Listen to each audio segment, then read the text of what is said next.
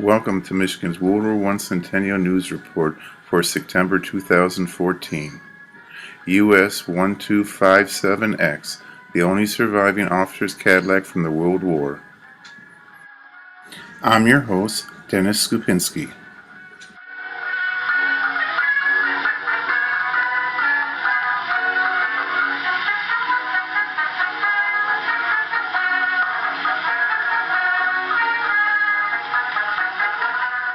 "100 years ago this month, the Battle of the Marne took place between September 5th through September 12th.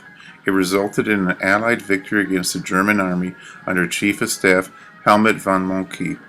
The battle was the culmination of German advance into France and the pursuit of the Allied armies which followed the Battle of the Frontiers in August 1914, which had reached the outskirts of Paris.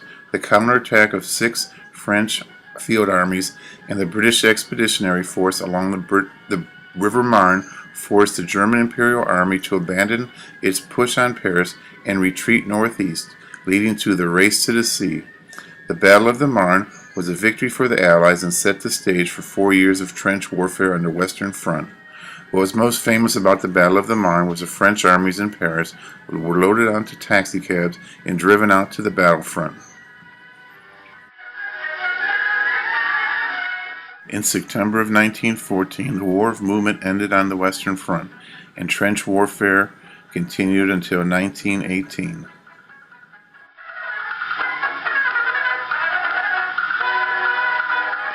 Near the end of July in 2014, US-1257X visited Michigan. It went to the General Motors Heritage Center out in Sterling Heights, Michigan. Owner Mark Lesson and the vehicle were welcomed into the Motor Vehicle Hall of Fame. A short video was made of it, and this is what you'll see now.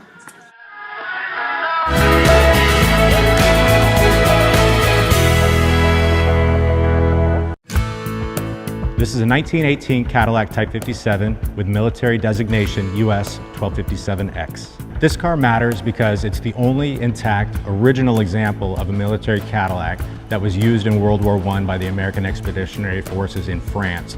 Of about 2,000 Cadillacs that were sent overseas, this is the only known example to survive and make it back to the States. The US entered the Great War on April 6, 1917, and Cadillac became the standard car for officers in that war. Cadillac is the first production car to have a V8 in it. This is a Type 57 Cadillac. It's one of the first ones built. Its VIN number is A57704, so it would have been the 704th made. This car was shipped from the Cadillac factory on July 31st, 1917. It got shipped to Inglis M. Upper Q distributor in New York City. He was at 62nd and Columbus Circle, and it's delivered to a J.H. Denison. This is the original distributor plate still on the back of the car. It's an amazing thing.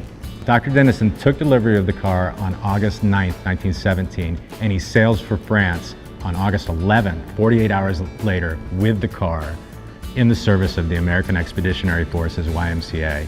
And he did a lot of amazing things. And he's an intellect. He's a doctor. He has a doctorate in divinity, actually. He's an author, and he goes to France out of patriotic duty, essentially, to help the soldiers. The seats, you can tell, have been worn out in sort of a pronounced fashion. The driver's seat is clearly worn out, but also the rear right. I think that represents the 20 years this car was in military service. You would have had the driver and the officer sitting rear right. One of the commissions that Dr. Denison went on was to create the leave system for the American Expeditionary Forces. We had about 2 million men in France that needed to be taken care of when they were not fighting. 26 leave areas were created all over southern and central France, and Dr. Denison was one of the few people that actually went out into the field, picked the locations, and then helped organize them.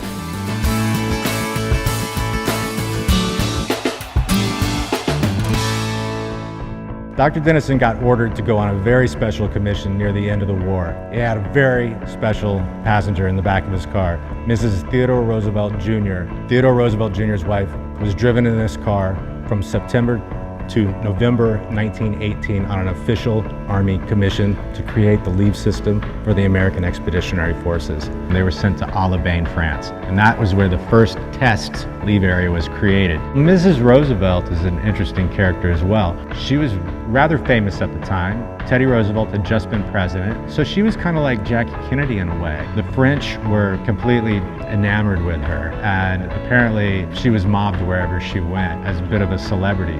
Right here we have a bullet hole, a very high velocity bullet hole, which was sustained prior to this overcoat of OD green paint. It's an ancient hole at a very steep trajectory. The car was stationed at the Second Battle of the Marne at the front near Chalon for 2 months in the summer of 1918. It's very likely that it would have been shot by a German aircraft while it was at the front.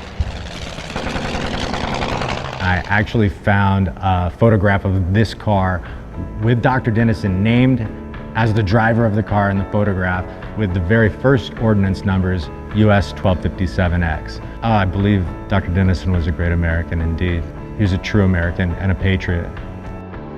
In 1919, Dr. Denison returns to the States, and apparently he left the car with the military in France, and it was absorbed through military motor pool. It returns to the States, and then it ends up on the West Coast and surplused out in Southern California on January 1st, 1936. We're going to preserve the car, we're going to get it running, but we're going to leave it basically as is. It's like the Liberty Bell.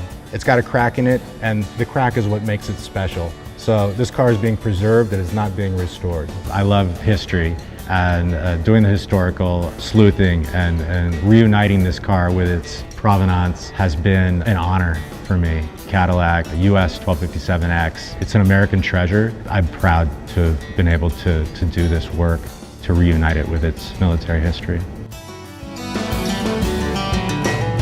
I'm Mark Lassen, and this car matters.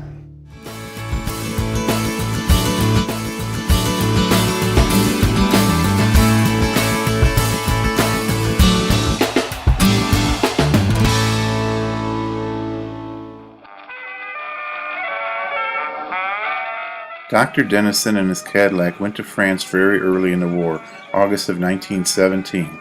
There were less than 50,000 troops in France. Dr. Denison was in charge of the Y.M.C.A. Center in Brest, France, which was the largest center for Americans coming into the country. Later on, in February of 1918, he moved to Aix-les-Bains, which became the recreational center for the American Expeditionary Force in France. During the last few months of the war, Dr. Denison and his Cadillac had the job of escorting Mrs. Theodore Roosevelt Jr. around France. She was known as the other Eleanor. The soldiers of the American Expeditionary Force were supposed to get a week's holiday for every 4 months they served in France, and Mrs. Roosevelt's job was to make sure they had a place to have their week's holiday.